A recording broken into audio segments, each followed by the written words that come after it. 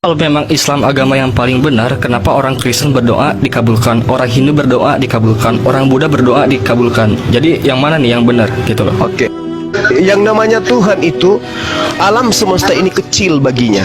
Ibaratkan alam semesta ini, bumi ini hanya sebutir pasir baginya di antara sekian banyak pasir yang ada di atas muka bumi. Jadi dia tidak akan mungkin kemudian turun ke alam yang kecil karena dia maha besar. Ketika dia menciptakan makhluknya, di situ tidak terlepas daripada ini kuciptakan Kristen, ini kuciptakan Islam, ini kuciptakan Hindu. Tapi seketika seluruh makhluknya itu adalah miliknya.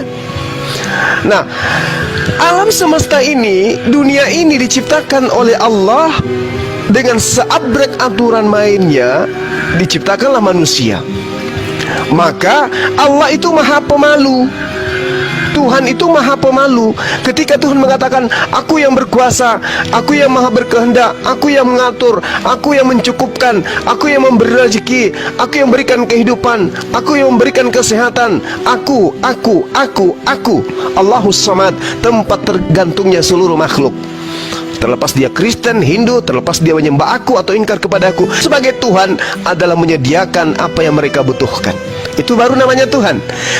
Kalau yang mengatakan dirinya, oh ini tidak sembah saya, ini nggak dikasih rezeki, oh ini yang sembah saya, dikasih kaya, dikasih kesehatan, itu bukan Tuhan, itu iblis. Yang namanya Tuhan itu maha pengasih. Mau dia disembah atau tidak disembah, oksigennya untuk seluruh makhluknya, itu baru kasih. Mau dia disembah ataupun tidak disembah, kesehatan diberikan kepada semua makhluknya.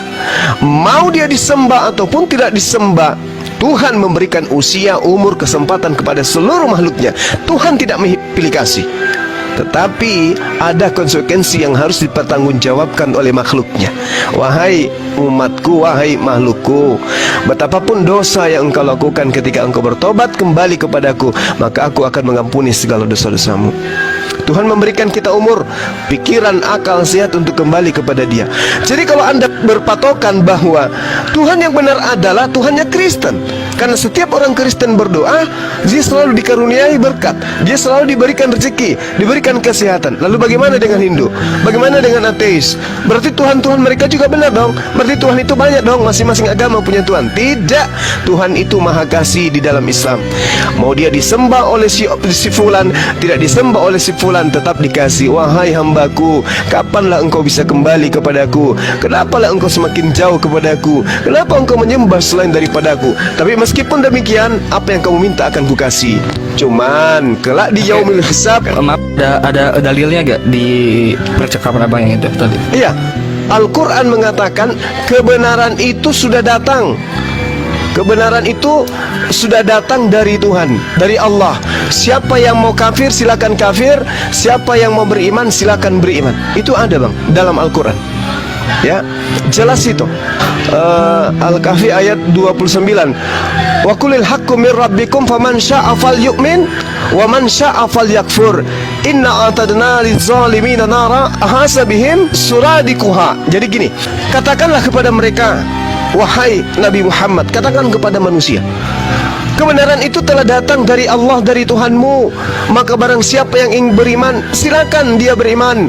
Dan barang siapa hendak kafir, kufur kepadaku, maka biarkan mereka kufur kepadaku. Sesungguhnya kami telah sediakan bagi orang-orang yang zalim itu adalah neraka. Kami sudah menyiapkan itu, yaitu neraka bagi orang-orang yang zalim. Siapa orang yang zalim itu? Yang sudah tahu bahwa alam semesta ini diciptakan oleh esensi yang maha suci, yang maha tinggi, tidak mungkin maha hina, mau maha rendah, tapi dia maha suci. Zalim sudah tahu Tuhan itu pencipta dan bumi adalah esensi yang tak nampak, karena dia bukan makhluk, tidak serupa dengan makhluk. Sudah tahu Tuhan itu bukan manusia, sudah tahu Yesus itu manusia, sudah tahu Yesus itu utusan, masih tetap disembah, maka itulah yang disebut zalim. Nah, Allah mengatakan wa qulil haqqu mir rabbikum faman syaa'a falyu'min wa man syaa'a falyakfur. Kebenaran itu sudah kuberikan kepada seluruh umat manusia. Maka siapa yang ingin beriman kepada kebenaran itu silakan beriman. Barang siapa yang ingin kufur, silakan kufur. Tidak ada paksaan. Nah, inilah yang saya katakan. Kalau Tuhan itu, oh siapa yang menyembah aku, inilah ku kasih banyak harta, inilah ku kasih.